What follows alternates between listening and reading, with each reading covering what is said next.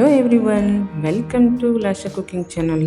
ನಾನಿವತ್ತು ನಿಮಗೆ ಮಿಲ್ಕ್ ಪೌಡ್ರಿಂದ ಯಾವ ರೀತಿ ಒಬ್ಬಟ್ಟನ್ನು ಅಥವಾ ಹೋಳಿಗೆಯನ್ನು ಮಾಡ್ಕೊಳ್ಳೋದು ಅಂತ ತೋರಿಸ್ಕೊಡ್ತಾ ಇದ್ದೀನಿ. ಯಾವಾಗಲೂ ಬೇಳೆ ಹೋಳಿಗೆನ ತಿಂದು ಬೋರ್ ಆಗಿರ್ತೀರ, ಇದನ್ನೊಮ್ಮೆ ಟ್ರೈ ಮಾಡಿ ಅಂತ ಹೇಳ್ತಾ, ನಮ್ಮ ಚಾನಲನ್ನು ಇನ್ನೂ ಸಬ್ಸ್ಕ್ರೈಬ್ ಮಾಡ್ಕೊಂಡಿಲ್ಲ ಅಂತಂದರೆ ನಮ್ಮ ಲಾಶಾ ಕುಕಿಂಗ್ ಚಾನಲನ್ನು ಸಬ್ಸ್ಕ್ರೈಬ್ ಮಾಡ್ಕೊಳ್ಳೋದನ್ನು ಕೂಡ ಮರಿಬೇಡಿ. ಹಾಗೆ ಪಕ್ಕದಲ್ಲಿರೋ ಬೆಲ್ಲೈಕನನ್ನು ಕೂಡ ಕ್ಲಿಕ್ ಮಾಡೋದನ್ನು ಮರಿಬೇಡಿ. ಬನ್ನಿ ಇದನ್ನು ಹೇಗೆ ಮಾಡೋದಂತ ತೋರಿಸ್ಕೊಡ್ತಾ ಇದ್ದೀನಿ. ಮೊದಲಿಗೆ ನಾನಿಲ್ಲಿ ಕಣಕವನ್ನು ರೆಡಿ ಮಾಡ್ಕೊಳ್ತಿದ್ದೀನಿ. 2 ಕಪ್ಪಷ್ಟು ಗೋಧಿ ಹಿಟ್ಟನ್ನು ತಗೊಂಡು ಅದಕ್ಕೆ 1/4 ಟೀ ಸ್ಪೂನಷ್ಟು ಅರಿಶಿನ, ಹಾಗೆ ರುಚಿಗೆ ತಕ್ಕಷ್ಟು ಅರ್ಧ ಟೇಬಲ್ ಸ್ಪೂನಷ್ಟು ಉಪ್ಪನ್ನು ಕೂಡ ಸೇರಿಸ್ಕೊಂಡು, ಹಾಗೆ ಅದಕ್ಕೆ 2 ರಿಂದ 3 ಟೇಬಲ್ ಸ್ಪೂನಷ್ಟು ಎಣ್ಣೆಯನ್ನು ಕೂಡ ಸೇರಿಸಿ ಮಿಕ್ಸ್ ಮಾಡ್ಕೊಳ್ತೀನಿ. ಹಾಗೆ ಸ್ವಲ್ಪ ನೀರನ್ನು ಸೇರಿಸ್ಬಿಟ್ಟು ನಾನು ಅದನ್ನು ಚೆನ್ನಾಗಿ ಮಿಕ್ಸ್ ಮಾಡ್ತಾ ಅದನ್ನು ಚಪಾತಿ ಹಿಟ್ಟಿನ ಹಾಗೆ ನಾನು ಅದನ್ನು ನಾದ್ಕೊಳ್ತೀನಿ. ನೀವಿಲ್ಲಿ ಗೋಧಿ ಹಿಟ್ಟಿನ ಬದಲಾಗಿ ಮೈದಾ ಹಿಟ್ಟನ್ನು ಕೂಡ ಯೂಸ್ ಮಾಡ್ಕೊಳ್ಬೋದು. ನೋಡಿ, ಈ ರೀತಿಯಾಗಿ ಚೆನ್ನಾಗಿ ಸಾಫ್ಟ್ ಆದ ನಂತರ ಅದನ್ನು ಮುಚ್ಚಳ ಮುಚ್ಚಿ 1-2 ಗಂಟೆ ಅದನ್ನು ನೆನೆಯೋಕೆ ಬಿಡ್ತೀನಿ. ನೆಕ್ಸ್ಟ್ ಇಲ್ಲಿ ನಾನು ಹೂರಣವನ್ನು ರೆಡಿ ಮಾಡ್ಕೊಳ್ತಿದ್ದೀನಿ. ಮೊದಲಿಗೆ ನಾನಿಲ್ಲಿ 1 ಕಪ್ಪಷ್ಟು ಹುರಿಗಡಲೆಯನ್ನು ಮಿಕ್ಸಿ ಜಾರ್ಗೆ ಹಾಕಿಬಿಟ್ಟು ಪೌಡರ್ ಮಾಡಿ ಇಟ್ಕೊಳ್ತೇನೆ.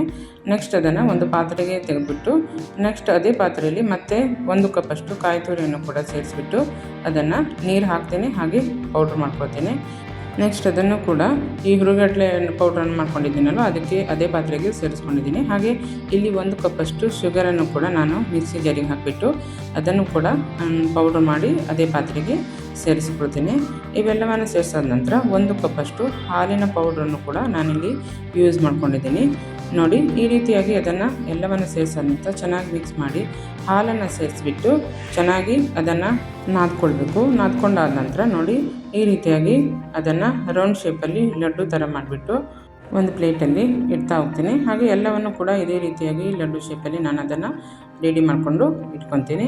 ನೆಕ್ಸ್ಟ್ ಇಲ್ಲಿ ನಾನು ಇಲ್ಲಿ ಪ್ಲಾಸ್ಟಿಕ್ ಪೇಪರನ್ನು ಮತ್ತು ಇಲ್ಲಿ ಬಟರ್ ಪೇಪರನ್ನು ಕೂಡ ತಗೊಂಡಿದ್ದೀನಿ. ಯಾವುದೇ ರೀತಿ ಪ್ಲಾಸ್ಟಿಕ್ ಪೇಪರನ್ನು ಕೂಡ ನೀವು ಶೀಟನ್ನು ಇಲ್ಲಿ ಯೂಸ್ ಮಾಡ್ಕೊಳ್ಬೋದು. ನೆಕ್ಸ್ಟ್ ನೋಡಿ, ಇದು ಮೇಲ್ಗಡೆ ಇರೋದು ಬಟರ್ ಪೇಪರ್, ಇದಕ್ಕೂ ಕೂಡ ನಾನು ಎಣ್ಣೆಯನ್ನು ಸವರ್ಬಿಟ್ಟು ರೆಡಿ ಮಾಡಿ ಇಟ್ಕೊಂಡಿದ್ದೀನಿ. ನೆಕ್ಸ್ಟ್ ಇಲ್ಲಿ ಕಣಕ ಕೂಡ ರೆಡಿಯಾಗಿದೆ. ಅದನ್ನು ತೆಗೆದುಬಿಟ್ಟು ನೋಡಿ, ಈ ರೀತಿಯಾಗಿ ಕೈಯಲ್ಲೇ ರೌಂಡ್ ಶೇಪ್ ಮಾಡಿಬಿಟ್ಟು ಹಾಗೆ ಕೈಯಲ್ಲೇ ಪ್ರೆಸ್ ಮಾಡಿಬಿಟ್ಟು ನೋಡಿ, ಅದರೊಳಗೆ ನಾನು ಈಗ ಹೂರಣವನ್ನು ಇಟ್ಕೊಂಡು ಫೋಲ್ಡ್ ಮಾಡ್ಕೊಳ್ತೀನಿ. ನೋಡಿ, ಈ ರೀತಿ ಮಧ್ಯದಲ್ಲಿ ಇಟ್ಬಿಟ್ಟು ಸೈಡಿಂದೆಲ್ಲ ಕಣಕವನ್ನು ಈ ರೀತಿಯಾಗಿ ನಾವು ಫೋಲ್ಡ್ ಮಾಡ್ಕೊಳ್ತಾ ಅದನ್ನು ರೌಂಡ್ ಶೇಪಲ್ಲಿ ತಂದುಕೊಳ್ಬೇಕು. ನೆಕ್ಸ್ಟ್ ಅದನ್ನು ಕೈಯಲ್ಲಿ ತಗೊಂಡ್ಬಿಟ್ಟು ನೋಡಿ, ಈ ರೀತಿ ಅದನ್ನು ಪ್ರೆಸ್ ಮಾಡಿಬಿಟ್ಟು ನೆಕ್ಸ್ಟ್ ಅದನ್ನು ನಾವು ಈ ಬಟರ್ ಪೇಪರನ್ನು ಮೇಲ್ಗಡೆ ಇಟ್ಬಿಟ್ಟು ಹೋಳಿಗೆ ಹೇಗೆ ಮಾಡ್ಕೊತೀವಲ್ಲ ಸೇಮ್ ಅದೇ ರೀತಿಯಲ್ಲಿ ಇದನ್ನು ಕೂಡ ಮಾಡ್ಕೊಳ್ಳೋದು. ಕೈಯಿಂದನೇ ಪ್ರೆಸ್ ಮಾಡಿಬಿಟ್ಟು ನಾನು ಎಲ್ಲ ಕಡೆ ಸ್ಪ್ರೆಡ್ ಮಾಡ್ಕೊತೀನಿ. ನೋಡಿ, ಈ ರೀತಿಯಾಗಿ ನಿಮ್ಮ ಕೈಯಲ್ಲಿ ಚೆನ್ನಾಗಿ ಬರುತ್ತೆ ಅಂದರೆ ಡೈರೆಕ್ಟಾಗಿ ಕೈಯಿಂದನೂ ಕೂಡ ಮಾಡ್ಕೊಳ್ಬೋದು. ಅದನ್ನು ಮಾಡಿ ತೋರಿಸ್ತೀನಿ. ಬಟ್ ಇಲ್ಲಿ ನಾನು ಬಟರ್ ಪೇಪರ್ ಇಟ್ಬಿಟ್ಟು ನಾನು ಇದನ್ನು ಮಾಡಿ ತೋರಿಸ್ತಾ ಇದ್ದೀನಿ. ನೋಡಿ, ಎಷ್ಟು ಚೆನ್ನಾಗಿ ಬರ್ತಿದೆ ಅಲ್ವಾ. ಇದು ಎಷ್ಟು ತೆಳ್ಳಗಾಗುತ್ತೋ ಅಷ್ಟು ತೆಳ್ಳಗೆ ನಾನು ಇದನ್ನು ಎಲ್ಲ ಕಡೆ ಸ್ಪ್ರೆಡ್ ಮಾಡ್ಕೊಳ್ತಾ ಇದ್ದೀನಿ. ಒಂದೇ ಸರಿ ಜೋರಾಗಿ ಪ್ರೆಸ್ ಮಾಡಲಿಕ್ಕೆ ಹೋಗಬಾರ್ದು, ಅದು ಕಟ್ಟಾಗೋ ಚಾನ್ಸ್ ಇರುತ್ತೆ. ನೋಡಿ, ಈ ರೀತಿಯಾಗಿ ಸೈಡಲ್ಲೇ ನಾವು ಹಿಟ್ಟನ್ನೆಲ್ಲ ಸೈಡಿಗೆ ತಗೊಳ್ಬೇಕು. ನೋಡಿ, ಇದು ಆಲ್ರೆಡಿ ರೆಡಿ ಆಗಿದೆ. ಎಷ್ಟು ಚೆನ್ನಾಗಿ ಬಂದಿದೆ ಅಲ್ವಾ. ಈಗ ಮೇಲ್ಗಡೆ ಇರುವಂಥ ಬಟರ್ ಪೇಪರನ್ನು ನಾನು ತೆಗೆದುಬಿಟ್ಟು ಒಂದು ತವಾಗೆ ಎಣ್ಣೆಯನ್ನು ಸವರ್ಬಿಟ್ಟು ಅದನ್ನು ಹಾಕ್ಕೊಳ್ತಿದ್ದೀನಿ. ನಾನಿಲ್ಲಿ ಆಯಿಲ್ ಪ್ಯಾಕೆಟಿನ ಪ್ಲಾಸ್ಟಿಕ್ ಪೇಪರನ್ನು ಯೂಸ್ ಮಾಡ್ಕೊಂಡಿದ್ದೀನಿ. ನೀವು ಬೇಕಿದ್ದರೆ ಮಾರ್ಕೆಟಲ್ಲಿ ಹೋಳಿಗೆ ಸೀಟು ಅಂತಲೇ ಸಿಗುತ್ತೆ, ಅದರಲ್ಲಿ ಕೂಡ ಮಾಡ್ಕೊಳ್ಬೋದು. ನೋಡಿ, ಈ ರೀತಿಯಾಗಿ ಸಣ್ಣ ಊರಿನಲ್ಲೇ ಇದನ್ನು ಬೇಯಿಸ್ಕೊಳ್ಬೇಕು. ಒಂದು ಸೈಡ್ ಬೆಂದಾದ ನಂತರ ಇನ್ನೊಂದು ಸೈಡ್ ನಾನು ಅದನ್ನು ಟರ್ನ್ ಮಾಡಿಬಿಟ್ಟು 2 ಕಡೆ ಕೂಡ ಚೆನ್ನಾಗಿ ಬೇಯಿಸ್ಕೊಳ್ತೇನೆ. ನೋಡು, ಎಷ್ಟು ಈಸಿಯಾಗಿ ಬರ್ತಾಯಿದೆ ಅಲ್ವಾ. ಹೀಗೆ ಎಲ್ಲವನ್ನು ನಾನು ಹೋಳಿಗೆಯನ್ನು ರೆಡಿ ಮಾಡ್ಕೊಳ್ತೇನೆ. ನೋಡಿ, ಎಷ್ಟು ಕಲರ್ಫುಲ್ಲಾಗಿ ಎಷ್ಟು ಸಾಫ್ಟಾಗಿ ಬಂದಿದೆ. ಹಾಗೆ ನೆಕ್ಸ್ಟ್ ಇನ್ನೊಂದನ್ನು ಕೂಡ ನಾನು ಕೈಯಲ್ಲೇ ನಾದ್ಬಿಟ್ಟು ನೆಕ್ಸ್ಟ್ ಅದನ್ನು ಕೈಯಲ್ಲೇ ಲಟ್ಟಿಸ್ಕೊಂಡ್ಬಿಟ್ಟು ತೋರಿಸ್ಕೊಡ್ತೀನಿ. ನೋಡಿ, ಈ ರೀತಿಯಾಗಿ ಕೂಡ ನೀವು ಇದನ್ನು ಹೂರಣವನ್ನು ತುಂಬಿಕೊಳ್ಬೋದು. ನಿಮ್ಗೆ ಯಾವುದು ಈಸಿಯಾಗುತ್ತೋ ಆ ರೀತಿಯಲ್ಲಿ ನೀವು ರೆಡಿ ಮಾಡ್ಕೊಳ್ಳಿ.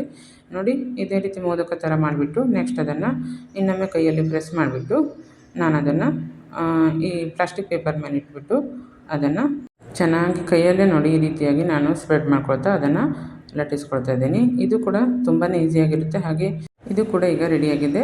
ಅದನ್ನು ನಾನು ತವದ ಮೇಲೆ ಮತ್ತೆ ಫ್ರೈ ಮಾಡಿಬಿಟ್ಟು ಅದನ್ನು ಎತ್ತಿಟ್ಕೊಳ್ತೇನೆ. ನೋಡಿ, ಎಷ್ಟು ಸೂಪರಾಗಿ ಬಂದಿದೆ ಅಲ್ವಾ ಹಾಲಿನ ಪುಡಿಯ ಒಬ್ಬಟ್ಟು. ಈ ರೆಸಿಪಿಯನ್ನು ನೀವು ಕೂಡ ಮನೇಲೊಮ್ಮೆ ಟ್ರೈ ಮಾಡಿ ಅಂತ ಹೇಳ್ತಾ ನಮ್ಮ ವಿಡಿಯೋ ಇಷ್ಟವಾದರೆ ಲೈಕ್ ಮಾಡೋದನ್ನು ಕೂಡ ಮರಿಬೇಡಿ. ಹಾಗೆ ಒಂದು ಕಾಮೆಂಟ್ ಮಾಡೋದನ್ನು ಕೂಡ ಮರಿಬೇಡಿ. ಮತ್ತಷ್ಟು ಹೊಸ ರೆಸಿಪಿಯೊಂದಿಗೆ ಸಿಗೋಣ ಅಂತ ಹೇಳ್ತಾ ನಮ್ಮ ವಿಡಿಯೋ ನೋಡಿದ್ದಕ್ಕಾಗಿ ನಿಮಗೆಲ್ಲರಿಗೂ ಧನ್ಯವಾದಗಳು.